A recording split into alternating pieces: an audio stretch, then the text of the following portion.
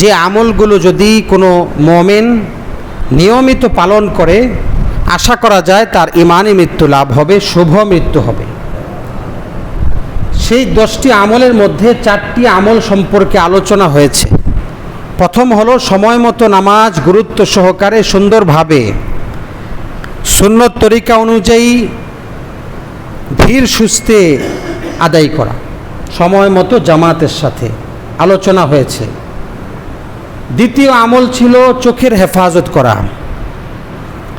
চোখ আল্লাহর নেয়ামত, এই চোখ দিয়ে যে কোনো বেগানা নারী, যেই নারীকে দেখা দেওয়া জায়েজ নাই, একদম আপন যারা মা খালা সহ যে সমস্ত নারীদের কথা কোরআনে এসেছে যাদের সাথে বিবাহ নিষিদ্ধ, এ সমস্ত নারী ছাড়া অপর সমস্ত নারী তাদের সাথে দেখা দেওয়া যাবে না। এবং সমস্ত অশ্লীল ছবি ভিডিও, অশ্লীলতা বেহায়াপনা সব কিছু থেকে চোখকে হেফাজত করতে হবে। সেখানে বিস্তারিত আলোচনা হয়েছে।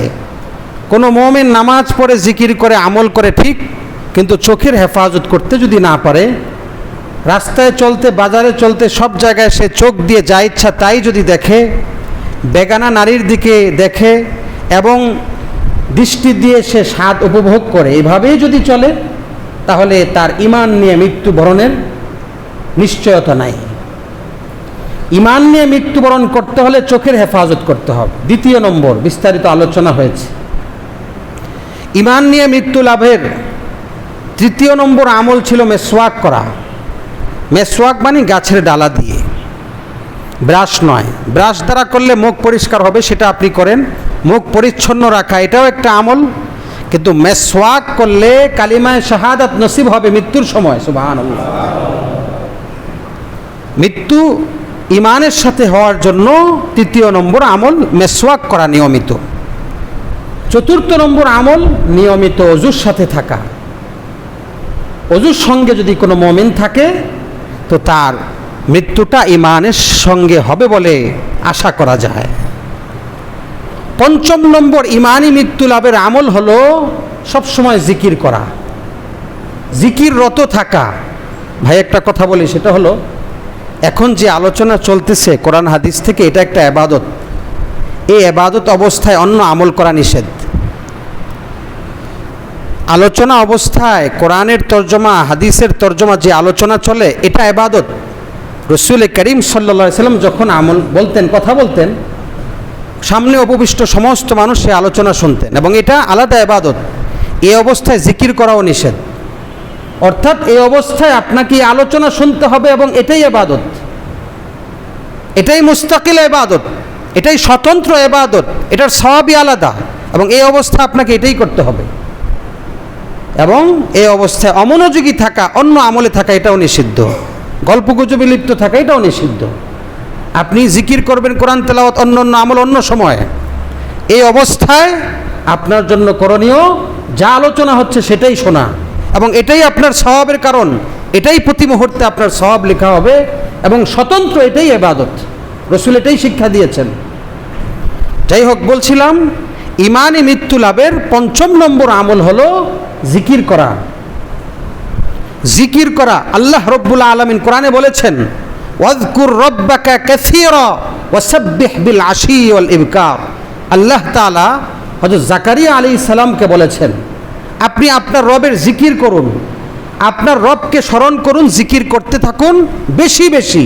কাসীরা ওয়াসাব্বিহ বিল আশি ওয়াল ইবকার, এবং সকাল সন্ধ্যায় আল্লাহর পবিত্রতা বর্ণনা করুন। সকাল সন্ধ্যায়, এজন্য সকালেও জিকির করা, সন্ধ্যায়ও জিকির করা সবসময় তো আছেই। ভোর আর সন্ধ্যায় জিকিরের ফজিলত আলাদা। তাসবিহ, আল্লাহর পবিত্রতা বর্ণনা করা। তাসবিহ মানে আল্লাহর পবিত্রতা বর্ণনা। আর আল্লাহর পবিত্রতা বর্ণনার সহজ শব্দ হলো সুবহানাল্লাহ। সুবহানাল্লাহি ওয়া বিহামদিহি, সুবহানাল্লাহি ওয়াল হামদুলিল্লাহ, সুবহানাল্লাহি ওয়া বিহামদিহি সুবহানাল্লাহিল আযীম। এই সুবহানাল্লাহ শব্দ দিয়ে যে তাসবিহ পড়বেন, এটা হলো আল্লাহর পবিত্রতা বর্ণনা। এটাই হলো আল্লাহর পবিত্রতা বর্ণনা। আল্লাহ বলেছেন, সকাল সন্ধ্যা তুমি আল্লাহর পবিত্রতা বর্ণনা করো, বেশি বেশি জিকির করো। সূরা আহজাবের মধ্যে বলেছেন, ইয়া আইয়ুহাল্লাযীনা আমানু যকুরুল্লাহা যিকরান কাসীরা, হে মুমিনরা তোমরা খুব বেশি বেশি আল্লাহ তাআলার জিকির করো, জবান দিয়ে অন্তর দিয়ে আল্লাহকে স্মরণ করতে থাকো, স্মরণ করতে থাকো। কোনো ইবাদতের ব্যাপারে আল্লাহ বেশি করতে বলেন নাই। জিকিরের ব্যাপারে যেমন বেশি করতে বলেছেন, অন্য ইবাদতের ব্যাপারে এরকম বেশি করতে বলেন নাই। আম্মাজান আয়েশা রাদিয়াল্লাহু আনহা থেকে হাদিস বর্ণিত হয়েছে, কানা রাসূলুল্লাহ সাল্লাল্লাহু আলাইহি ওয়াসাল্লাম ইয়াযকুরু আলা কুল্লি আহইয়ানি, রাসূল করিম সাল্লাল্লাহু আলাইহি ওয়াসাল্লাম তার প্রতিটা মুহূর্তে জিকির করতেন। রাসূল তার জীবনে সবচেয়ে বেশি যে আমলটা করেছেন সেটা হলো জিকির। সুবহানাল্লাহ। ইয়াযকুরু আলা কুল্লি আহইয়ানি শব্দের অর্থ হলো প্রতি মুহূর্তে জবান দিয়ে জিকির চলতে থাকতো। এমনকি নিষিদ্ধ জায়গায়, যে সমস্ত জায়গায় জবান দিয়ে জিকির করা নিষেধ, যেমন বাথরুমে, টয়লেটে, তারপরে বিশেষ কোনো কাজে ব্যস্ত, ওই সময় জবানে জিকির করা নিষেধ। তো এই অবস্থায়ও রসুল কি করতেন? জবান দিয়ে বলতেন না, কিন্তু অন্তর দিয়ে জিকির করতেন। অন্তরে আল্লাহর স্মরণ থাকতো, অর্থাৎ একটা মুহূর্তের জন্য আল্লাহর স্মরণ অন্তর থেকে খালি হতো না, সব সময় অন্তরের মধ্যে আল্লাহর জিকির থাকতো। এজন্যই কোরআনে কারীমের মধ্যে এসেছে, আলা বিযিকরিল্লাহ তাতমাইন্নুল কুলুব, যে জিকিরের মাধ্যমে তোমার অন্তরে প্রশান্তি লাভ হবে। জিকির করবা তো অন্তরে কি হবে? প্রশান্তি লাভ হবে, আরাম অনুভব করবা। জিকির করতে থাকবা, অন্তরে পেরেশানি থাকবে না, অন্তরের মধ্যে অশান্তি, অস্থিরতা বিরাজ করবে না। বেশি বেশি জিকির করতে থাকো। আলা বিযিকরিল্লাহ তাতমাইন্নুল কুলুব। আল্লাহ রাব্বুল আলামিন সূরা নূরের মধ্যে 18 পারা 14 নম্বর পৃষ্ঠার শুরুতেই জিকিরকারীদের প্রশংসা করেছেন। রিজালুল্লাহ তুলহিহিম তিজারাতু ওয়ালা বাইউন আন যিকরিল্লাহ ওয়া ইকামিস সালাতি ওয়া ইতাইজ যাকাহ। এমন কিছু মানুষ আছে দুনিয়াতে যাদের ব্যবসা বাণিজ্য, চাকরি বাকরি, দুনিয়ার কায় কারবার তাদেরকে আল্লাহর জিকির থেকে গাফেল রাখে না। যেখানে যায় সেখানেই আল্লাহকে স্মরণ করে, ব্যবসা বাণিজ্য করে আল্লাহকে স্মরণ করে, চাকরি বাকরি করে, দুনিয়ার কাজ চলে, কিন্তু অন্তরে আল্লাহর জিকির থাকে, জবানে আল্লাহর জিকির থাকে। রাস্তায় হাঁটতেছে আল্লাহর জিকির থাকে, বাজারে চলতেছে আল্লাহর জিকির থাকে, সে হাসপাতালে যায় আল্লাহর জিকির থাকে, চাকরির স্থলে যায় আল্লাহর জিকির থাকে, যেখানেই যায় সেখানে আল্লাহর স্মরণ থাকে। আল্লাহ বলেন, ওয়া ইকামিস সালাতি ওয়া ইতাইজ যাকাহ ইয়াখাফুনা ইয়াওমান তাতাকাল্লাবু ফীহিল কুলুবু ওয়াল আবসার। তারা এমন দিনকে ভয় করে যেদিন মানুষের চক্ষু উলটপালট হয়ে যাবে। ভয়ানক সেই দিনকে তারা ভয় করে। আল্লাহর জিকির যারা করবে, সব সময় আল্লাহকে স্মরণ করবে, ভয়ানক সেই পরিস্থিতির মধ্যে সে ভীত সন্ত্রস্ত হবে না। সুবহানাল্লাহ। জিকিরের বদৌলতে ভীত সন্ত্রস্ত হয়ে যাবে না। এজন্যই হযরত শায়েখ জাকারিয়া রহমতুল্লাহ আলাইহি উনি উল্লেখ করেছেন, কোনো ব্যক্তি যদি তার হায়াতের মধ্যে আল্লাহকে স্মরণ করে, তাহলে মৃত্যুর মুহূর্তে আল্লাহ পাকও তাকে স্মরণ করবেন, তাকে ভুলবেন না। সুবহানাল্লাহ। কোনো ব্যক্তি তার জিন্দেগির মধ্যে আল্লাহকে স্মরণ করে, জিকির করে, তো মৃত্যু যখন হবে, তো এই মৃত্যুর মুহূর্তে আল্লাহ পাক তাকে ভুলবেন না, তার জিকির করবেন। সুতরাং জিকির যার আমল হবে জীবনের, তার মৃত্যুটা হবে শুভ মৃত্যু, অপমৃত্যু, খারাপ মৃত্যু হবে না। এজন্য জিকির করে দেখেন, অন্তরে শান্তি পাবেন, প্রশান্তি পাবেন, এবং মৃত্যুর সময় আপনার কালিমা নসিব হবে। রাসূলুল্লাহ বলেন সাল্লাল্লাহু আলাইহি ওয়াসাল্লাম ইরশাদ করেন, মান কানা আখিরু কালামিহি লা ইলাহা ইল্লাল্লাহ দাখালাল জান্নাহ। যার জীবনের সর্বশেষ বাক্য হবে লা ইলাহা ইল্লাল্লাহ, সে জান্নাতে প্রবেশ করবে। সুবহানাল্লাহ।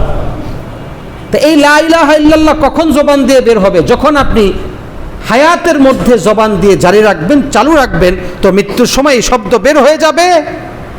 আর ইমানের সাথে মৃত্যু নসিব হয়ে আপনি চিরসুখের জান্নাতি হয়ে যান। কিয়ামতের দিন সবচেয়ে বেশি মানুষ আফসোস করবে ওই মুহূর্তটার জন্য যেই মুহূর্তের মধ্যে সে আল্লাহকে স্মরণ করে নাই, জিকির করে নাই, অহেতুক কাজে লিপ্ত ছিল, গল্প গুজবে লিপ্ত ছিল, অন্যায় কাজে লিপ্ত ছিল, বাজে কাজে শুধুই সময় নষ্ট করেছে। এজন্য আফসোস হবে, হায় দিনে 100 বার সুবহানাল্লাহ পড়েছি, আলহামদুলিল্লাহ পড়েছি, আল্লাহু আকবার পড়েছি, সারাদিন আরো কত শতবার পড়তে পারতাম, সময়টা নষ্ট করেছি, হায় আফসোস করবে সেদিন। এজন্য স্মরণ রাখুন, কোনো সময় ব্যস্ত আছেন কাজে তো অন্তরে আল্লাহ থাকবে, আর যে সময় আপনি কারোর সাথে ব্যস্ত নাই, কথাবার্তায় লিপ্ত নাই, কোনো কাজে ব্যস্ত নাই, তখন অন্তরেও চলবে, জবানেও চলতে থাকবে সুবহানাল্লাহ সুবহানাল্লাহ সুবহানাল্লাহ, আলহামদুলিল্লাহ আলহামদুলিল্লাহ, ওয়ালা ইলাহা ইল্লাল্লাহ, ওয়াল্লাহু আকবার। জবানে চলবে, চলতে থাকবে। রাস্তায় চলেন, বাজারে যান, কায় কারবার করেন, যেখানেই যান চলবে। আর এটার বদৌলতে আপনার অন্তরে অস্থিরতা থাকবে না, পেরেশানি থাকবে না, আর মৃত্যুটা সুন্দর মৃত্যু হবে বলে আশা করা যায়। কিয়ামতের দিন আপনি আপনার পুরস্কার দেখে বড় খুশি হয়ে যাবেন, কারণ এই কালিমাগুলো এটা তো স্থায়ী, চিরস্থায়ী। দুনিয়াতে যে টাকা পয়সা পাবেন এটা ক্ষণস্থায়ী, শেষ হয়ে যায়, কিন্তু এই শব্দ যা বলেছেন এটা স্থায়ী, আখিরাতে থেকে যাবে। সুবহানাল্লাহ। এজন্য ইমানি মৃত্যু নসিবের 5 নম্বর আমল হলো সবসময় জিকির করতে থাকা। পারবো তো ইনশাআল্লাহ? ইমানি মৃত্যু লাভের 6 নম্বর আমল হলো সদকা করা, দান করা, আল্লাহর জন্য দান সদকা করা। ইমাম ইবনুল কাইয়ুম রহমতুল্লাহি আলাইহি বলেন, সদকা এমন আমল যে আমলটা সমস্ত বিপদ মানুষের দূর করে দেয়, সমস্ত বিপদ। এক হাদিসে এসেছে, আস-সাদাকাতু তুতফিউ গদাবার রব্বি, সদকা এটা রবের ক্রোধকে নিভিয়ে দেয়। রব যদি কারো উপর রাগান্বিত থাকে, ক্রুদ্ধ থাকে কারো উপর, তাই আপনি সদকা করবেন, আল্লাহ খুশি হয়ে যাবে। সদকা রবের ক্রোধকে দমিয়ে দেয়। এবং আস-সাদকাতু তাদফাউল বালা, সদকা সমস্ত বিপদ দূর করে দেয়। অপর হাদিসে এসেছে, তাদফাউ মাইতাতাস সু, সদকা অপমৃত্যু রোধ করে। অপমৃত্যু, মানুষের জীবনের অনেক বিপদ আসে, তবে সবচেয়ে বড় বিপদ কি বলেন তো? বলেন, মানুষের জীবনের সবচেয়ে বড় বিপদ কি? অপমৃত্যু। হ্যাঁ, সবচেয়ে বড় যে বিপদ সেটা হলো ঈমান হারা হয়ে দুনিয়া থেকে যাওয়া। এর চেয়ে বড় বিপদ হইতে পারে না, এটাই সবচেয়ে বড় বিপদ। আল্লাহ রব্বুল আলামিন সদকার বদৌলতে অপমৃত্যু রোধ করবেন। এজন্য নিয়মিত কম বেশি কিছু সদকা করা, আল্লাহর সন্তুষ্টির জন্য, আল্লাহর সন্তুষ্টির জন্য। এজন্য হাদিসে এসেছে, মান তাসাদ্দাকা বিসাদাকাতিন ইবতিগা ওয়াজহিল্লাহ, আল্লাহর সন্তুষ্টির জন্য যদি কেউ সদকা করে, জীবনের শেষ আমল দেখা যায় যদি তার সদকা থাকে, জীবনের শেষে সদকা তার আমল আছে, আর সেই সদকাটা আল্লাহর সন্তুষ্টির জন্য করেছে, দাখালাল জান্নাহ, এর বদৌলতে সে জান্নাতে প্রবেশ করবে। সুবহানাল্লাহ, জান্নাতে প্রবেশ করবে। এজন্য সদকা কিছু কিছু করা, এবং সেটা দেখানোর জন্য না, যাই পারবেন সেটা কার সন্তুষ্টির জন্য? আল্লাহর সন্তুষ্টির জন্য। খুয মিন আমওয়ালিহিম সাদাকাতান তুতাহহিরুহুম, সদকা এমন আমল যেই সদকার কারণে একটা মানুষ পবিত্র হয়ে যায়, তার মাল পবিত্র হয়, ব্যক্তির আত্মশুদ্ধি হয়, ব্যক্তি পবিত্র হয়ে যায়। তো এটা হলো ঈমানি মৃত্যু লাভের 6ষ্ঠ আমল। মানে 6 নম্বর আমল কি বলেন? সদকা করা। 5 নম্বর কি বললাম? বেশি বেশি জিকির করা। 6 নম্বর আমল বললাম অল্প বেশি সদকা করা। ঈমানি মৃত্যু লাভের 7 নম্বর আমল হলো আলেমদেরকে সম্মান করা।